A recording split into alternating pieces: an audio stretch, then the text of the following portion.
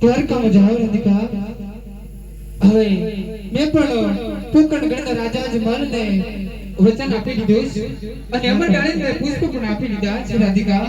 હા રાધિકા આ વાતને મારા મોટા ભાઈને પણ ખબર નથી રાધિકા પણ રાધે તો દ્વારકા જાઓ રાધે અને હું મારા મોટા ભાઈને બોલાવી અને એમને પણ વચને બાંધું તમે કાના પોકણ કરજો છો જશો તો હું એકલી કેમ રહીશ કાના અરે રાધે હા કાના તમને પણ હું મારી સાથે રાખીશ રાધે હા કાના અરે રાધે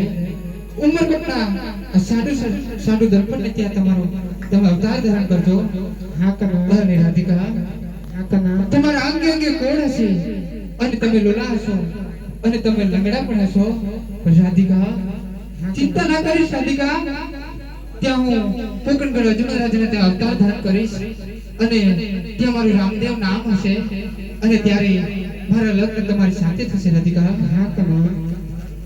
જાઓ રાધે મને લઈ જાને તો